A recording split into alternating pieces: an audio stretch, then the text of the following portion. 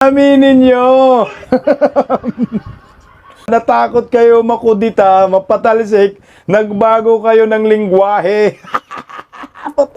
Vice President Inday Sara pumalag sa panggigipit sa minority bloc ng Marcos admin.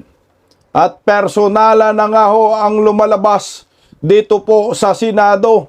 Ayon naman po yan kay Bunyeng Rimulya na kaalyado ni NGWM.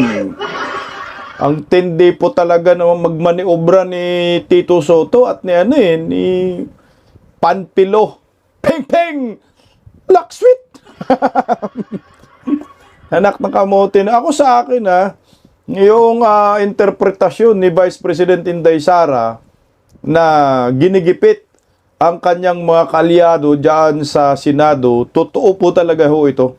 At ang nakikita ko pong nagmamaniho dito ay si Tuta Soto dahil po may pangarap po siya na maging Vice President. Di lang Vice President, kundi Presidente ng Republika ng Pilipinas. Pareho lang din yan kay Tambaloslos, mga ambisyoso, anak ng kagwang. At ito po ay pinagbabasihan po ni Bunyeng at ni Vice President Inday Sara. So magkaiba ho ito. Si Vice President Inday Sara, pinagbasihan yung pagrekomenda na kakasuhan yung tatlong alam ho natin na kaalyado talaga to ng mga Duterte at ayaw po ma-impeach si Inday Sara. Chis Escudero, Jingo Estrada at Joel Villanueva. No? Ayaw nila ma-impeach si Inday Sara. Pero ito naman si Bunyeng Rimulya, ang sabi po, nagkapersonala na daw itong mga senador. Pamumulitika na dahil nabago yung unang rekomendasyon ng Senate Blue Ribbon Committee. Alam naman po natin kung bakit nabago dahil po yan na sa kapangyarihan at gusto pong manatili ni Tuta Soto at ni Lacson sa kanilang kinalalagyan ngayon. Kamuntika na nga po makudita. Magandang gabi po sa ating lahat. Pa-like po muna, pa-share, pa-subscribe at pakipindot ang inyong notification bell upang updated po kayo lagi. At siyempre, Bisdang Historiador, pangalawang YouTube channel ko po. Padamay na rin po, pa-subscribe. Okay. Pag-usapan po natin itong sigalot dyan sa Senado. Minority po kasi dyan at saka versus majority. Kamakailan po ay kumakalat po yung balita na di umano'y merong mga minority na tatalon sa majority. Una na nga po yan isiniwalat ni Tuta Soto na si Amy Marcos ay lilipat. Pero ngayon, lumalabas, ang suspitsya po natin, ang lilipat sa minority, papuntang majority, ay malamang yung ginigipit ni Panpilo Lacson at ni Tuta Soto. Yan ang katotohanan dyan. Bago po natin pag-uusapan yung panggigipit, pakinggan po muna natin yung interview kay Panpilo Lacson bago po na bago ang kanyang rekomendasyon.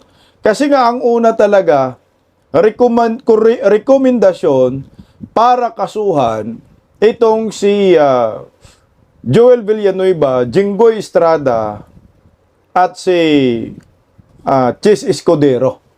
So nabago po yung resulta ha. O ito pakinggan muna natin si si Peng K. Ito. Sir, update lang sa Blue Ribbon po. You have 11 signatures already.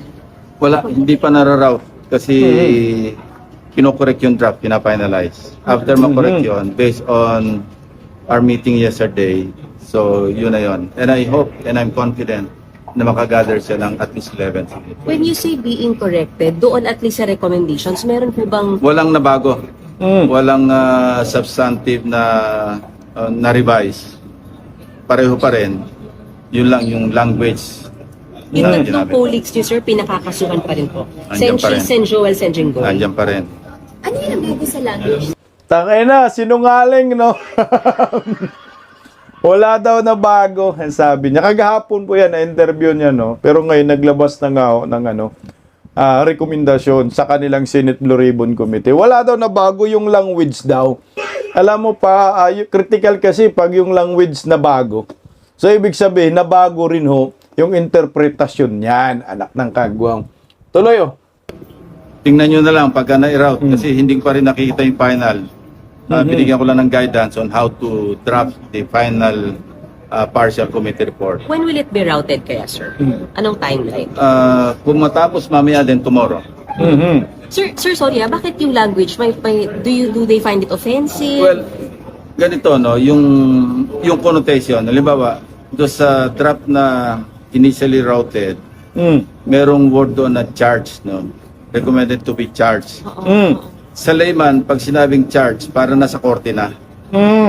So, in-specify na lang namin na sa halip na instead of using the word charge, to be charged, to undergo preliminary investigation, to undergo fact-finding investigation. Anak ng kagwang, no? Parang mga oplok lang. So, hindi na po sila yung charge, no? To undergo daw preliminary investigation. Anak ng kagwang, no? Di ba kayo sa Senate Blue Ribbon Committee nag-imbestiga dyan? Natakot kasi, nagpadala kayo sa script ni Martin Romualdez. Sabi nga ni Chis Escudero, wag po kayo magpadala sa script ni Martin. Nagpadala ka eh. Nasampal ka ng malita. Ngayon, labo-labo ka, lumalabas. Wala ng kredibilidad. Yung Senate Blue Ribbon Committee, pagka ganyan. Wala na eh. Leo. To undergo case build-up, yung mga ganon. So yung tatlong senador, hindi na to be charged, but to undergo PI. PI. Yun din naman talaga yung ibig sabihin doon sa ano, hindi naman namin pwedeng i-recommend sa court na i-charge sa court kasi only the DOJ and the Ombudsman are authorized to file the information for any person to be charged before the court, di ba? So kinorek lang namin yon. So to undergo preliminary Kasi ang investigation. charge is ay parang generic yan pero sa ang connotation pagdating sa layman, no, ordinary people like us, parang ang dating kagad charge, naka-charge ka sa court. So there's nothing substantial, there's nothing, we never deviated do sa original intent ng aming committee report na mag-undergo ng PI. Sir, to be clear undergo PI on plunder and graft. Yung tatlong senador. Marami. Merong direct bribery, merong plunder, merong malversation, merong violation ng anti-graft, may violation ng ethical standards. Marami yon. Same presenting Same pa rin. Puta na, nagkalabo-labo na kayo dyan, Panpilo Lacson. Anong SIM? Magkaiba po yung rekomendasyon for preliminary investigation. Iba rin yung rekomendasyon to file at charges. Kasi yun po yung una nila, pailan ng kasong plunder at malversation of public funds. Yun yung una nila. Kumbaga, matapang yung unang rekomendasyon. Kaso nga lang ang problema, pumalag nga ho, yung ibang mga senador, nagaya po ni Chis Escudero, Mig Sobere, at saka ni Wingat Salian, tama? Wingat Salian, at saka si JB Ejercito. So, ipumalag yung tatlo. Kaya nga, siguro, kay majority man yun, di ba? Binago nila. Binago nila yung terminolohiya. Kasi nilik ni Pinuno eh. Okay rin to si Lito Lapid, nakakatulong. Kaya kumambyo. So ngayon, rekomendasyon na lang for preliminary investigations. Ibig sabihin sila, mismo, itong Senate Blue Ribbon Committee, naguhugas kamay. Nasampahan ng kaso, itong tatlo, sila Joel Villanueva, Jinggoy Estrada, at Chis Escudero. Kasi nga, nag-imbestiga ka na, ibig sabihin, makakita ka na dyan ng findings. Kung anong gusto mong pasampahan ng kaso, kaya nga nag-imbestiga kayo. Kasi magre-rekomenda kayo para sampahan ng kaso, hindi magre-rekomenda kayo for preliminary investigation. Unlike sa rekomendasyon ng minority report na nila ni Senador Marcolita, tinumbok talaga nila si Martin Romualdez ang pakakasuhan. Kaso ito nga, nalilihis tayo. Kaya ito, kambyo na. Hindi naman po ibig sabihin na nag-weaken yung recommendation ng Blue Ribbon Committee. No, Alright. not at all. Instead of filing charges, undergo PI. Medyo na-generalize lang or na-specify. No? Instead na to be charged, nasabi ko nga, pag sinabing charge, ito yung tumama sa sensitivity ng ibang mga kasama namin na pag-charge. Pakasipin ng mga tao, charge na sa korte. Sen Ping, dun sa briefing kahapon with Ombudsman, DOJ, and AMLA. No, I cannot na-raise din divulge po kasi ano yun eh, classified information yung iba. So, Pero sir, sabi, that was an executive session where for validation. Kasi meron kaming binalidate na ito ba na-take up namin sa Blue Ribbon, anong status sa inyo. Sir, things yung like that. pagbabago ng language, did it have something to do with minority na hindi raw nagustuhan yung... Nothing to do with the minority kasi hindi pa namin nakausap yung minority. Nothing to do with the supposed coup against the SP?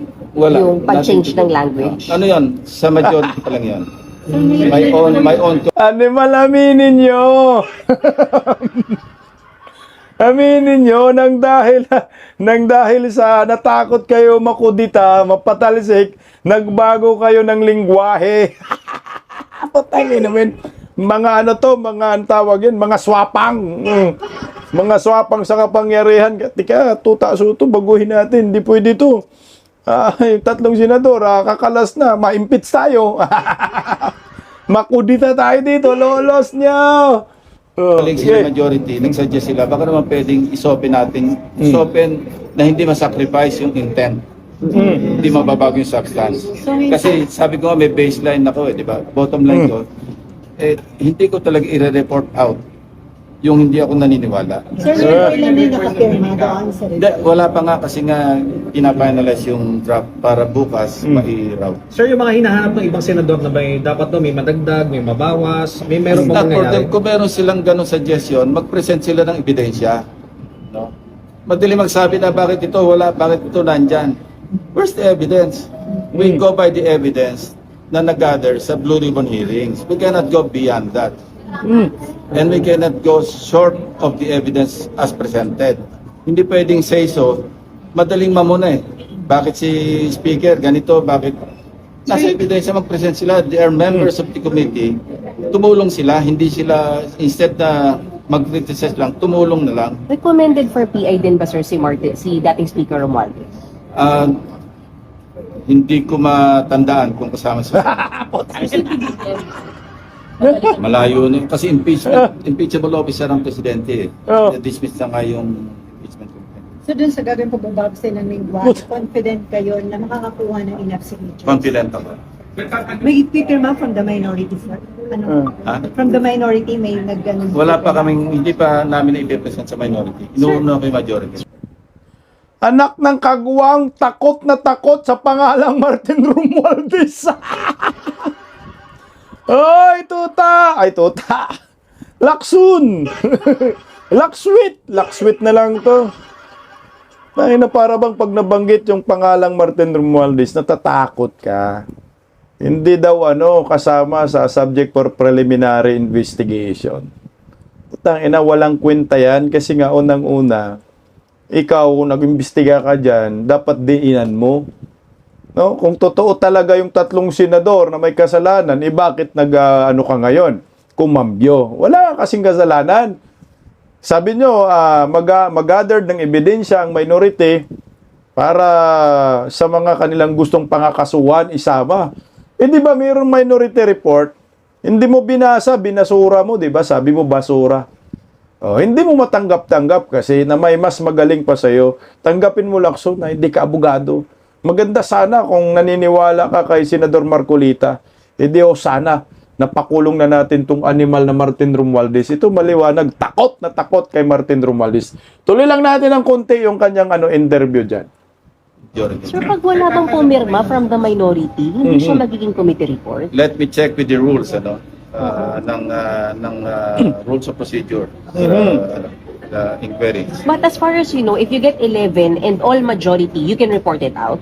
I will have to check with the majority leader and the Senate President. Hindi ko man na-check eh. Kahapon sana, tatanong sana to go over the rules of procedure governing inquiries in the legislature to find out kung merong must sign from the minority. Pero sir, di ba yung pag-sign? So pag nakapirma yung 11, yun na yung final report. Kasi sa committee, Senate Blue Ribbon Committee, 11 majority na yan eh. Siguro, ako sa akin, nakapirma yung minority dito. Kasi nga, binago nga ho yung terminolohiya, yung language. Hindi na nga po ang tawag dyan, for recommendation na pangkakasuhan. Ang rekomendasyon na nga ho dito ay for preliminary investigation. So mag-iimbestiga muli itong Ombudsman or Department of Justice sa kay Chis Escudero, Jenggoy Estrada at Senator Joel Villanueva. So hindi na talaga direktang pinakakasuhan. So ngayon kasi pag direkta mong pinakakasuhan, lahat ng Senate Blue Ribbon Committee report ay kukunin niya ng Department of Justice or Ombudsman para gamiting ebidensya laban sa irerekomendang pagkakasuhan. Ito for subject for investigation. So ngayon, kung sasabihin ng Ombudsman, hilingin namin yung report ninyo Senate Blue Ribbon Committee. Pwede man itanggihan, no? Hindi na kailangan. Mag-imbestiga kayo kasi amin na lang tong files na ito. So ngayon kami, nagrekomenda kami na imbestigahan ninyo. So mag-imbestiga kayo. Paano kayo mag-iimbestiga kung yung report namin ay kukunin nyo? Pwede silang lumusot. So yun ang nangyayari. So mukhang lutong Macau ito. Hindi natin maintindihan kung anong bargain. Mamaya, pag magkaroon tayo ng spekulasyon, pagpatuloy muna natin si Pinky. Kasi sir, pag-sign, Ano na? Tatagaw po ba kayo ng amendment sa... Yes, the floor. Anybody, even non-members may introduce amendments. Kahit hindi po nag-participate sa hearing. Yeah, meron naman transcript. May reference naman sila. May hearings pa ba? nag-sign naman not necessarily that they agree. We have to close the inquiry. Kaya at least one hearing. Pero sir, di ba pag nag-sign sa So wala na nga pong Senate Blue Ribbon Committee patungkol sa flood control, tinapos na ng mga animal. Hindi pa natukoy ang mastermind. Hindi man lang mapakasuhan si Martin Romualdez, yung Senate Blue Ribbon Committee, tapos na anak ng kagwang ka. Sus ko, Ginoo, kawawa ang Pilipinas. not necessarily that they agree. Pwede mag-sign tayo dissent, makakadagdag siya para Yeah, pwede man sila mag-dissent. Pwede silang may amend, may interpolate with reservations, will submit separate opinion, anything. Maski nga hindi nakasulat doon, pwede sila mag-interpolate, pwede sila mag-amend. Sir, possible next week ma-report out na sa plenary kung confident Hopefully. Itong LOA hearing, sir, last na.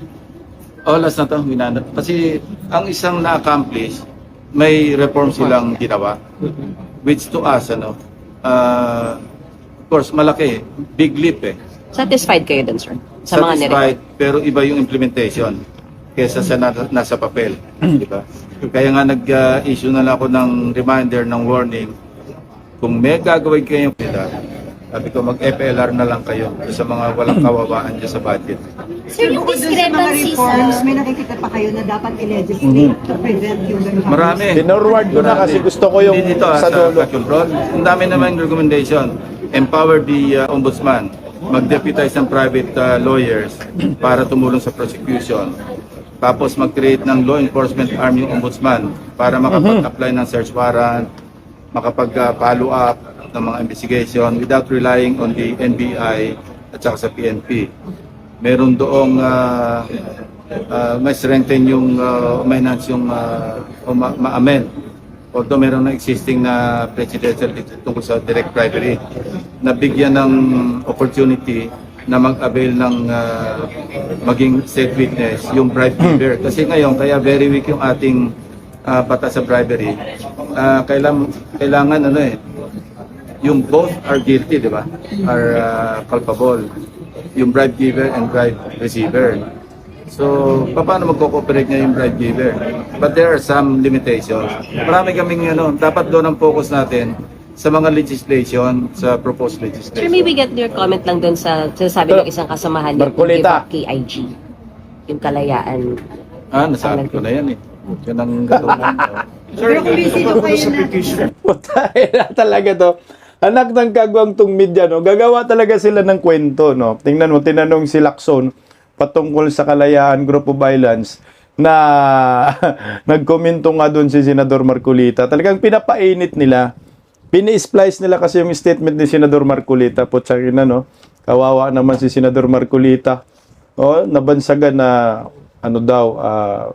binibinta. Isusuko yung Kalayaan Island diyan sa Palawan. Hindi po totoo yun. para maliwanag po tayo. Okay, balikan natin ng konti. I-refresh lang natin yung sinasabi ni Lacson. Nagbago na nga ho sila ng language na ginamit. So, hindi na talaga totally pagkakasuhan. No. Ang punto riyan ay rekomendasyon subject for preliminary investigation. Kasi nga, may pumapalag nga sa kanila. Pero pagbigyan po natin ng pagkakataon ito para maintindihan natin. Kasi dito ko po, mukhang malinaw po itong paliwanag ni Senador Marcolita laban sa ibinabato sa kanya bago po natin balikan yung personalan sa Senado. Ito, gipitan. Pakinggan natin si Senador Marcolita. Sa mga bobonistang tanganista, pakinggan nyo po ito. Masyado po kayo mapanghusga kay Marcolita. Ano po ang aking gustong palabasin dito, Mr. President? Hindi po natin pwedeng saklawin yung KIG. Pero liliwanagin ko po, yung KIG, atin po yun eh. Correct. Ang pinag-uusapan natin, land features, teritoryo po yun, Mr. President. Ibang bagay yun. Hindi ko po sinasabang hindi atin yun. Ngunit dahil ang pinag-uusapan natin, West Philippine Sea, yung katubigan natin, imposible pong i-connect natin yung ating exclusive economic zone at ituloy po natin doon sa territorial sea na generate po ng napakaraming features. Magkakamali po tayo. Yun ang pinagbabawalan tayo. Ngayon, bakit po nung nag-hearing tayo sa CA, paano ko po nasabi na imposible yun kako doon sa representative po ng Armed Forces? Mahihirapan po kayo, imposible, dahil malalabag po natin ang napakaraming artikulo ng UNCLOS. Hindi po natin may enclose, hindi po natin makokonek yung territorial seas nung napakaraming features na yon na ating ino-occupy. Magkakamali po tayo at baka sakali, kung gusto nyong gawin, we cannot do that unless, sabi ko, we give up our Kalayaan. itong KIG. Hindi ko po sinasabi na i-give up natin. I am only trying to reinforce the argument na hindi at imposible nating gawin. Correct. Sapagkat atin yung teritoryo, pero sa tubig, hindi po natin pwedeng itagos yung mga baselines dahil magkakasala tayo at lalabag po tayo sa UNCLOS mismo. Ang dami po ngayong mga gumagawa ng kung ano-anong salita. Sumama na nga po yung napakaraming tao na sinasabi ko raw, i-give up natin ang KIG. Mr. President, kahit kailan hindi ko sinabi yun. Exactly. Teritoryo po yun, land features po yun, hindi sakop po ng arbitral tribunal. Ang sinasakop lang po ng tribunal, yung tubig po. Kaya lang magkaintindihan tayo. Hindi ko sinasabing hindi atin yon. Teritoryo na natin yon dahil occupied na po natin yon. Correct. Ngunit ang pinag-uusapan lang po, yung tubig nila, hindi natin pwedeng i-connect doon sa ating exclusive economic zone. Kasalanan po yun. Mali po yun. Kaya yung nagsasabi po na, ayun po, dahil ina-advocate ko raw po na i-give up natin. Saan naman po kayo nakakita ng ganun, Mr. President? Ang dami pang AIs ngayon. Nabanggit na rin po kanina. Senador po kami daw. Kami po ay mga traidor. Paano po bang magiging traidor ang isang tao? Nililinaw lang po ang basihan. Exactly. Na sinasabi natin, kung gusto nating magkaroon ng West Philippine Sea, o di makiusap tayo.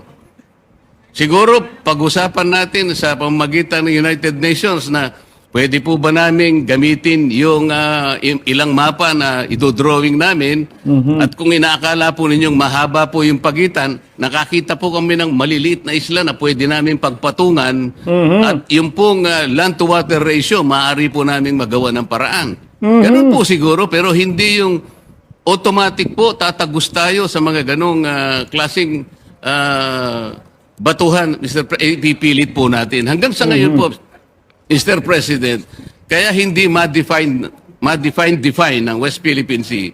At sabi ko nga po, hanggang ngayon ay walang ginagawang mapa. Kahit nasabihin pa nilang merong mapa, hindi po totoo yun. Mr. President, kahit ngayon pwede po ninyong konsultahin yung tinatawag nilang DUALOS, Mr. President. Ito po yung Division for Ocean Affairs and the Law of the Sea na nasa opisina ng United Nations. Wala pong nasasubmit ang NAMRIA, 14 years ago, inorderan na po silang mag-submit. Bakit hindi po sila makapag-submit? Dahil sa hirap nga po nito. Hindi po pwedeng i-connect, Mr. President. Yun lamang po. Kaya, wag po nilang ipipilit na ako po ay traidor o kaya pro-China. Hindi po. Mr. President, naghahanap lang po tayo ng katarungan at katwiran dito. Kailangan maabisuhan po natin ang Coast Guard na kung ano man ang kanilang pinagsasabi rito, nagkakamali po kayo sapagkat wala pa pong West Philippines, wala pa po tayong mapa. Correct. Ang West Philippine Sea, nagkakaintindihan pa tayo, gusto nating gawin, gusto nating i-drawing, pero pagsikapan po natin kung paano natin talaga i-drawing sa harap ng napakaraming legal impediments na nakaharap sa atin. Okay. Yun po yung gusto kong linawin, Mr. President. At least malinaw na yan. No, hindi po ipinamigay ni Senador Marcolita yung Kalayaan Group of Islands. Grabe kasi yung media gusto talagang palabas na ganun Kawawa naman si Senador Marcolita. Ito, kasama ito sa panggigipit at personalan pa rin. Itong ginawa nila kay Senador Marcolita. Pakinggan po natin itong balitang ito kasi sinabi ni Boying dahil binago na nga ni tuluyan ng binago ni Panfilo Lacson, Senate Blue Ribbon Committee, ang rekomendasyon nila. Yung findings, narito po. Pakinggan natin.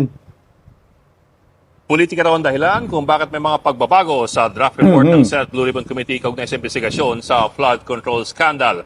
Ayon po yan kay Ombudsman Jesus Crispin Boying Remulla. Nasa frontline ng balitang yan si Camille Samonte. Even the staff siguro hindi nila alam. So kung Maaaring nagkakapersonalan na raw ang mga senador kaya binago ang draft committee report ng Senate Blue Ribbon kaugnay ng flood control scandal. Ayon yan mismo kay Ombudsman Boying Remulla. Ngayong araw lang, kinumpirma ni Senate Blue Ribbon Committee Chairman Ping Lacson na nagkasundo ang mga senador na amyendahan ang draft ng committee report na nagre-rekomendang kasuhan ang ilang opisyal na dawit umano sa katiwalian. Kabilang narito ang ilang kapwa nila senador. Pero sa bagong bersyon, inirerekomenda ng Blue Ribbon Committee na magsagawa muna ng preliminary investigation laban sa mga sangkot na opisyal. Kabilang rito sina Senador Chis Escudero, Joel Villanueva at Jinggoy Estrada. Para kay Ombudsman Remulla, politika ang dahilan nito. It's politics. Siyempre may mga kaibigan niya sa loob na pipirma, wag lang nalagay yung pangalan. Ganun yan. May negotiation yan. May compromise yan. Pero, at least, yung pagkapangalan sa kanila tsaka yung records intact. Ang mahalaga dyan, yung records ng Blue Ribbon Committee tsaka lahat ng testimonies niya. Sabi pa ni Remulla, makakatulong ang Blue Ribbon Committee hearing sa pagkalap ng mga ebidensya para madiin ang mga personalidad na dawit sa kaso. Ang halaga yun kasi nagis na namin ang maraming kaso at nagkaroon kami ng laman sa kaso dahil sa Blue Ribbon Committee hearings. Doon naglalabasan yung maraming facts at maraming testigo. So, dapat igalang talaga ang Blue Ribbon when it comes to that. No? I congratulate Senator Ping Lacson. Hindi rin daw nag-aalala si Remulla kung magkaroon ng pagbabago sa liderato ng Senado dahil hindi naman daw sila nakaasa lang sa findings ng Blue Ribbon. Sa ngayon, tumanggi munang magbigay ng update si Remulla sa itinatakbo ng sariling investigasyon ng Ombudsman. Pero anya, marami raw aabangan sa mga susunod na buwan. Nakahanda na rin daw ang kanilang arrest teams. So, the next few months will be exciting. There'll be a lot of work done. Kaya nga ginawa namin to kasi nga we're preparing for the big push. We're gonna have a big push. Kasi nga nahihinog na yung mga kaso. So it's really more of us shoring up the evidence and making sure that we're able to present them properly. Nahihinog na daw ang mga kaso. Mukhang si Boying, yung hinog na talaga kauyeng May kung masama yung pakiramdam ni Boying dyan sa presko na yan. Okay. So, sa kabilang banda, tama si Boying dito na ito ay pamumulitika. Pinupolitika talaga Ito ay politika. Ayan. Pinupolitika talaga ninyo yung mga kakampi ni Vice President Inday Sara Duterte. Mantakin mo next month daw, mas exciting dahil nakahanda na daw ang arresting team. No? Ng ombudsman. Hindi kung ganon, kung aarestuhin si Chis Escudero, aarestuhin si Joel Villanueva, aarestuhin si Jinggoy Estrada, hindi nabudol Ang minority dito, ni Panfilo Lacson at ni Tuta Soto. Kahit nagbago ng terminolohiya na for subject for preliminary investigation, kukunin pa rin po ng ombudsman ang report ng Senate Blue Ribbon Committee na ang kanilang investigasyon dinidiin itong 3 senador. Wala rin pala, useless din pala, no? Yung pagkampi ninyo sa Senate Blue Ribbon Committee report, kasi ang minority dyan, pumirma naman na talaga eh. Hindi naman magkakaroon ng final na report kung walang minority. So, ito na yun, binalita na po eh. Na sinabi rin ni Ping Lacson. Babawiin na nila yung sinabi na pagkakasuhan agad, ito ay preliminary investigation na lamang ang rekomendasyon. Pero, ang huling pasya pa rin dyan, yung ombudsman. Di yung ombudsman yung tatrabaho, handa na daw yung arresting team eh. Di wala rin. No? Dali pa rin pala itong 3 senador, Jinggoy Estrada, Ches Escudero, at si Joel Villanueva. Ayan na po ang malaking problema ngayon ng minority. Kaya nga ho, naglabas po ng pahayag si Vice President Inday Sara na di umano'y ginigipit ang mga kaalyado niya diyan sa Senado. Kailangan talaga gipitin. Kasi para mabawasan ng Duterte supporters diyan sa Senado. Kasi pag-uusad ang impeachment sa Kamara at maakyat sa impeachment court, tagilid na si Vice President Inday Sara Duterte. Kaya nagkalabas si Inday Sara ng ganong statement. Ito daw ay ambush interview. Pakinggan po natin ang balitang ito. Pumwelta ang palasyo kay Vice President Sara Duterte matapos ang kanyang pahayag ukol sa umano'y panggigipit ng administrasyon sa ilang senador na sumusuporta sa kanya. At live mula sa Malacanang may extra report si Mobile Journal Julie Baiza. Julie, ano ba ang bagong pahayag ng palasyo tungkol sa isyong yan?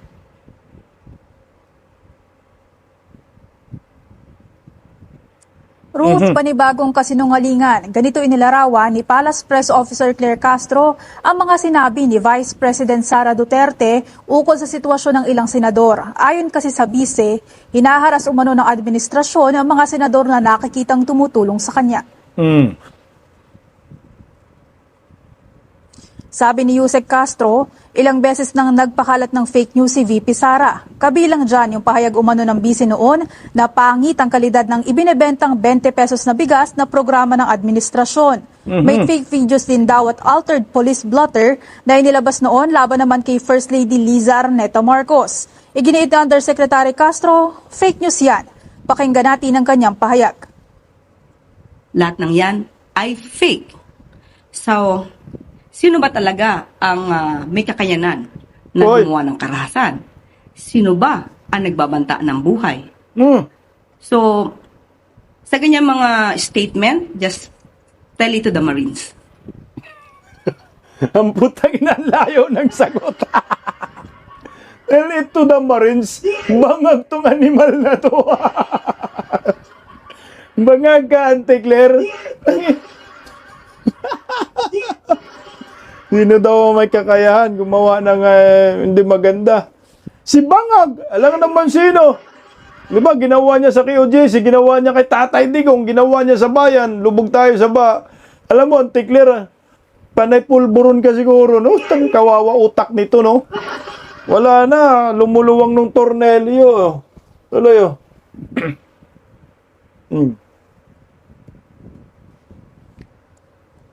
Maliban kay VP Sara, bumuwelta rin si Yusek Castro kay dating presidential spokesperson Harry Roque. Kaugnay naman ito sa inilabas na larawan at tanong ni Roque kung may colostomy ba si Pangulong Bongbong Marcos na na-diagnose daw ng colon cancer matapos magka-diverticulitis. Sagot ni Castro, fake news peddler din si Roque at hindi dapat paniwalaan.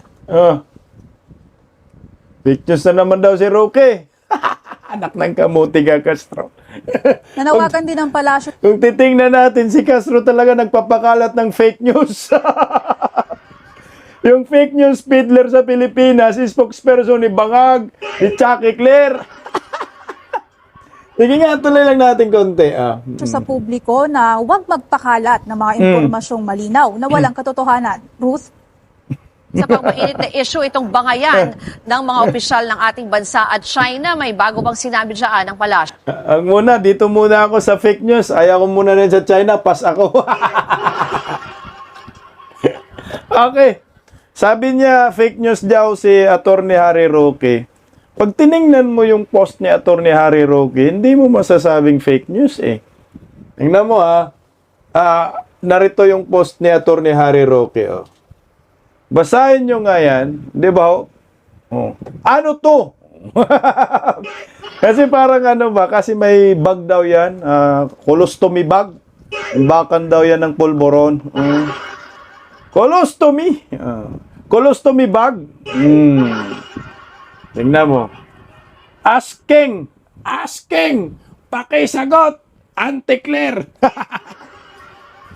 Paano po magiging fake news? Hindi naman sinabi ni Attorney Harry Roque na may colon cancer si Bangag. Wala. Question mark man yan. Tapos sasabihin mo fake news. Dapat yan sagutin mo. Sasabihin mo lang naman. Alam mo, pareho kasi sila ng tabas ng tabas ng utak, no? Mga loyalista, mga ensaymada vloggers. Imbis patanong, sasabihin nila na parang meron na agad silang conclusion. Nagtatanong nga, no? Kung ito ba'y totoo na merong colon cancer,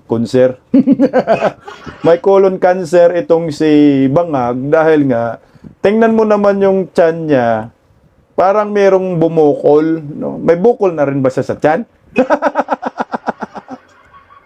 Ano ba yun, ano ba yan? Dahil nga merong diverticulitis, si Bangag at nangangayat nga, suspitsa nga ng iba, baka yan ay colostomy bag. Nandyan nga po mag-iimbak yung dumi, no? So ngayon, sabi ni Auntie Claire, fake news. Ito, sagot po ni Attorney Harry Roque dyan. Fake news peddler daw ako. Basahin mo mabuti ang post. May question marks ang mga naunang pangungusap. Nagtatanong nga, sinulat ko pa, asking. Ang linaw po talaga na nagtatanong para sa akin. Walang fake news po yan. Dapat sinagot po ni Claire Castro, hindi po totoo na ito po yung sagot namin sa katanungan. Hindi yung sagot namin sa fake news peddler. Sinasabing meron umanong colon cancer si BBM. Meron ba, Auntie Claire? Halata, Auntie Claire, kasi wala nangangayat. Sasabihin mo lang naman hindi totoo. Ito po yung medical bulletin, medical report ng Panggulo. Ganun lang naman sana. Wala kasi kayong naipakita na medical report. Kaya ang resulta, may bukol Alam mo talaga, bag talaga yan. Colostomy bag yan Bakit ganyan kalaki ang bukol? Yung una, hindi ko yan pinapansin. Pero kita mo naman, maraming nakapansin. Walang colon cancer si BBM. Cancer lang sa pangungurakot. Mukhang meron po yan sa akin. Sa akin lang mukha sabihin na naman fake news. Balik po tayo doon sa usapin sa panggigipit sa mga Team Duterte. Ang linaw-linaw naman po, klarong-klaro naman po yan. Auntie Claire, hindi mo na kailangan itanggi yan Ginigipit po talaga sa nangyayari kay Senador Marcolita ngayon. Anong ginagawa? Ginagawa nyo ng kwento. Saan ang nangyayari sa tatlong senador? Pinangkakasuhan po ninyo, tinatrabaho ni Boying. Handa na nga po yung arresting team Ano yan, di ba? Panggigipit. Samantala, si Martin Romualdez ay hindi man lang, kahit man lang subject for preliminary investigation, walang ganun Wala kayong rekomendasyon. So, niloloto nga Ito ay maliwanag na panggigipit. Ang intindi ko po dito, gigipitin ka talaga. Pag ikaw pro Inday Sara. Pag ayaw mong lumipat sa majority, kasi nga nagre-recruit si Tuta Soto, kasama rin si Mangga, nire-recruit din, nalilipat ka sa majority. So pag lumipat sa majority itong mga hunghang, si Vice President Inday Sara, wala nang kakampi. Pag ang impeachment ay umakyat sa impeachment court sa Senado, si Vice President Inday Sara, matik talaga, ma-impeach talaga nila. Yan ang nakikita natin dito. Kaya kamakailan nga kasi alam ko nagre-recruit na itong si Tuta Soto. So malamang si Chis Escudero, Jinggoy Estrada, no? At saka Joel Villanueva, baka po sa susunod na mga araw, malalaman na po natin nasa majority na. So, babawasan na ang minority. Kaya nga ho, nag-post itong si Senator Bongo at Robin Padilla, ayan ho, Duterte Black kami. Kayo na lang ang sumama. Kasi nga, ang panawagan ni Tito Soto, ang minority, sumama kayo dito sa majority. Ayaw nga ho ng Duterte Black. Sana po, Duterte Black, kahit nga tatlo, Senator Ronald Bato de la Rosa, Robin Padilla, Senator Bongo, pero alam ko si Senador Marcolita po, hindi po iiwan si Vice President Inday Sara Duterte at Duterte. Ayaw ni Senador Marcolita ng impeachment talaga kay Inday. Yan ang nakikita ko. Tsaka si Alan Peter Cayetano. Kahit papano, meron pa rin maka-impluwensya dyan sa Senate. Kahit ginigipit ang minority, so ang lalabas dito, so lilipat si Jinggoy. Ito lang, tsorya ko lang kasi yun naman ang lumalabas dahil nga yung rekomendasyon ng Senate Blue Ribbon Committee mahina na. Hindi na ganun kabigat. So, subject for preliminary investigation, pero sabi ko nga, budol pa rin yan, Jinggoy, Joel Villanueva. Kung lilipat man kayo sa majority, wala pa rin. Kakasuhan pa rin kayo, ipa-aresto pa rin kayo ni Boyeng Remulla. Dahil si Boyeng Remulla, yan talaga ang mandato niyan. Gusto talaga nilang mapatahimik lahat ng mga Duterte supporters dyan sa Senado. Pero duda po ako kung paniwalaan po yung impeachment labang kay Vice President Inday Sara ng taong bayan. Kagaya nga ho nito, tingnan mo gusto nyong impeach si Inday Sara, pero satisfaction rating ni Vice President Inday Sara tumaas noong November 2025 sa SWS survey. Pero si Bongbong Marcos, yung survey niya, yung resulta ng net satisfaction rating, negative 3, negative 13, negative 15, negative 27, parang nasa Alaska kanyan ang lamig. Ayan po ang katotohanan. I-impeach nyo, mahal ng taong bayan. Malabong malabo. Kaya yung pangarap mo, Tuta Soto, na maging vice-presidente, ibaon mo na lang sa limot yan. Yung sahod mo, ipamigay mo na sa mga estudyanteng nangangailangan ng pera. Walang pagkapangulo, walang pagka-vice-presidente. Kasi nga, si Inday Sara ay maging Pangulo ng Republika ng Pilipinas.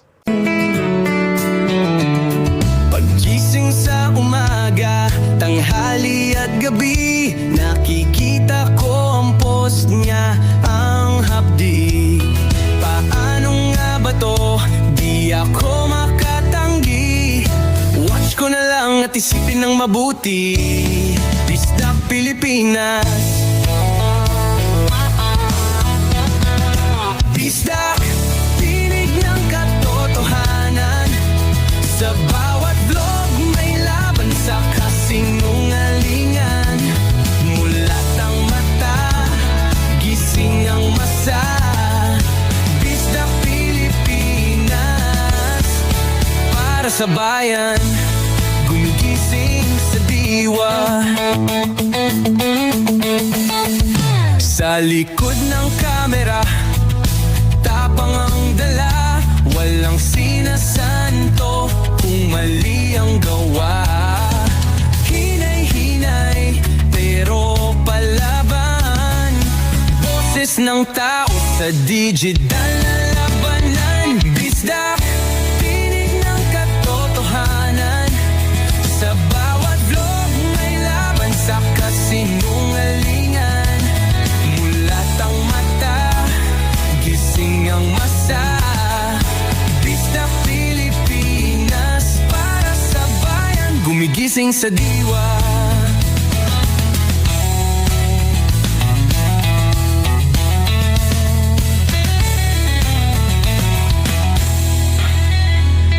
Hindi artista, hindi politiko, pero ang katotohanan, sigaw niya ay buo. Sa YouTube o Facebook man siya makita, may aral ka pa rin, may uwi sa bawat salita. Bisdak, gising sa katotohanan.